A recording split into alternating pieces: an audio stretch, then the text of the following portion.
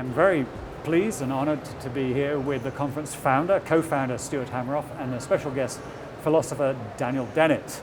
And we're going to get to grips with some problems, notably the famous, notorious hard problems. So first of all, Dan, for you, I gather this problem is not even a problem. It doesn't exist. That's right. It's a cognitive illusion.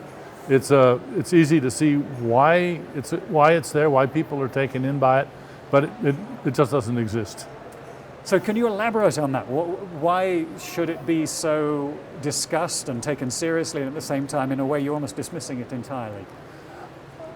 It's a very natural hunch to have. I call it the zombic hunch.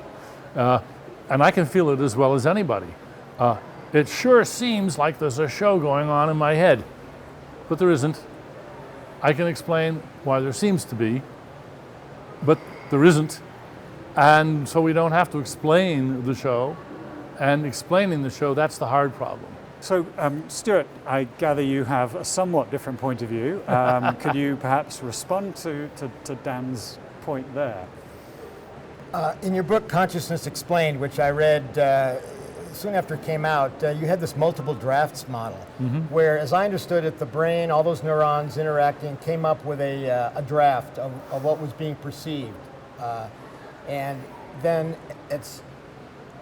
subsequently a draft was inserted into memory, and that's our illusion of what consciousness is or was at the time. Is that basically the multiple drafts? Well, yes, let's go with that. I mean, it's not so much it was inserted into memory as that it was influential enough to be memorable. Okay. It's not a sharp process. It's not like hitting the save button on your computer.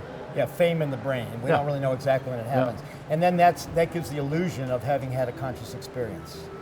That is what having a conscious experience is.